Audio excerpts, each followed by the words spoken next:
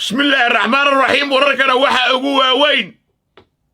maalqabeenka ninka ugu tirtirsan caalamka ilaa Elon Musk oo dagay dhul 30 kiiloomitir oo gobolka Mudug ku yaala oo xeebta Hobyo saaran dhulkaasi oo uu sheegay in uu noqon doono halka bayska laga dayax gacmeedkiisa gantaalkiisa spaceka laga tuuro iyo noqonaya dawladda Turkiga waxa ay dagaysaa deegaanka loo yaqaan Jasiira oo iyaduna ka dhigan doonta xarunteeda ay ka tijaabiso dayax gacmeedka aerospace-ka ay ka tuurto fadeexad weyna waxay ka dhalatay dhulkii Soonakey oo madaxweyne Xasan Sheekh oo warasho 5,000 dukumiinta loo sameeyay dadka 5,000 laga soo qaado tiimad Maxamed Salaadna 3,000 hana loo saaray dheheen qolo kalena 500 hana loo saaro 8,500 baa laga rabaa sheekooyin kale waxa ugu xiiso badan dawladda Canada oo ayadana ku dhawaaqday 6 bisha November inay xanibayso guud ahaan TikTok dalkeeda ka xanibayso dhayso amaanka qatar ku yahay amniga qaranka ayuu qatar ku yahay oo database-kii bulshada ayaa la qaatay waayahay sheekooyin kale waxa ugu xiiso badan qalabkii lagu dhisayay dekada Hobyo oo la raray marka baa geynaya Muqdisho kadibna shactar baa lagu daadgureynaya oo mataqaana doon shactar weyn oo doon ayaa qaadaya oo geynaya Hobyo shirkadda Laperta ee shidaalka ee Mareykanka ayaa iyaduna waxay gaartay magaalo xeebeedka qadiimiga ah ee Hobyo iyadoo halkaasi shirkaddu ay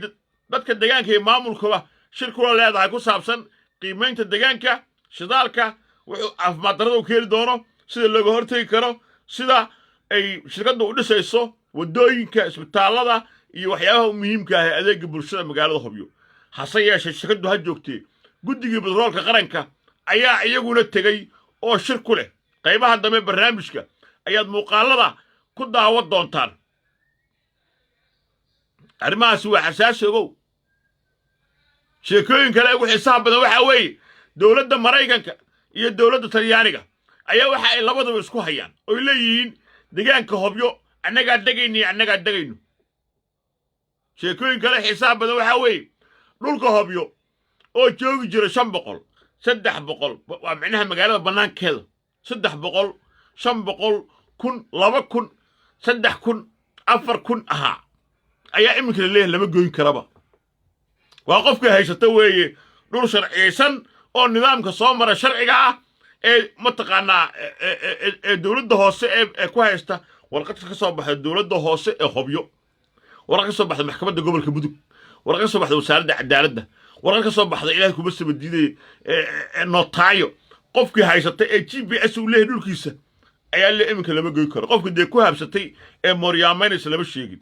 inkastoo dadka qaarna ay ka hadleen xeebta haddana xeebaha Soomaaliya oo dhan sharciga soo baxay ee dhahay 450 mitir ama talaabo xeebta looma jeesan karo sharci dhahay ma hirgelin Hobyo waa kana Muqdisho xeebta liido dhan waa la wada degan yahay dad dabaqay ka dhisteen cid ku haysta lama marka sharcigaasi ma hirgelin ma shaqaynin hase yeeshee hadii loo baahdana dadka haysta dhulka xeebaha ku yaala Hobyo waa la xali karaa laakiin maxaa xarmas noqday degmada Hobyo ka bilow ilaa meesha la yiraahdo buq meesha la yiraahdo inta u dhaxaysa Elcadde Erdaale dhulkaas oo dhan muxuu noqday xarmas buu noqday waxa kale meesha ku yaala deegaanka loo yaqaan Gawaan oo deegaan istiraatiiji ah oo caalamka oo dhan indhaha ay ku hayaan waa deegaan beeraley ah waa deegaan dalcad saaran korontada Soomaaliya oo dhan laga dhalin karo marka loo fiiriyo goobta talxiiska ee la jir ayaana ku taala mataqaana Gawaan marka iminka indhuhu waxay eegayaan Hobyo caalamka oo dhan dawladda Mareykanka waxay yiraahdeen mashaariicda haddii aan lagu qorin degmada Hobyo ma bixinayno gobolka Mudug oo dhan haddii meel wax laga fulinayo waa in hoos tagto Hobyo lagu qoraa marka waxa la aaminsan yahay inta u dhaxaysa wasil iyo Hobyo ee noqon doonaan dhul muhiim ah oo dadku ay u shaqo tagaan ee noqonaysa la aaminsan yahay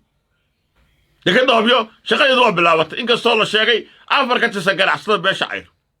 iyo musharax Maxamed Salaad inay diideen oo dhahayn Sacad Salebaan goorma istagaali doonaan goorma istagaali doonaan si uu lahaay hadda waxay yiraahdeen maya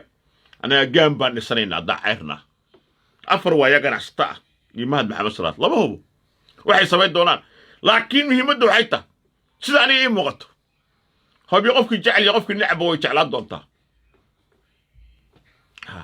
ودار على سواد الله دبيش كذا عمر حضو إنا عياسيس لو تشوفي ما عندنا وياي لو تشوفي ما يدرس أما لا قشر الله يا تعال ما في عنا لو تشوفي ما إلى ما في عنا وقاعدة كلمة دا إلى ما في عنا وحقيقة الله نصي آمين يا رب وحقيقة الله نصي آمين يا رب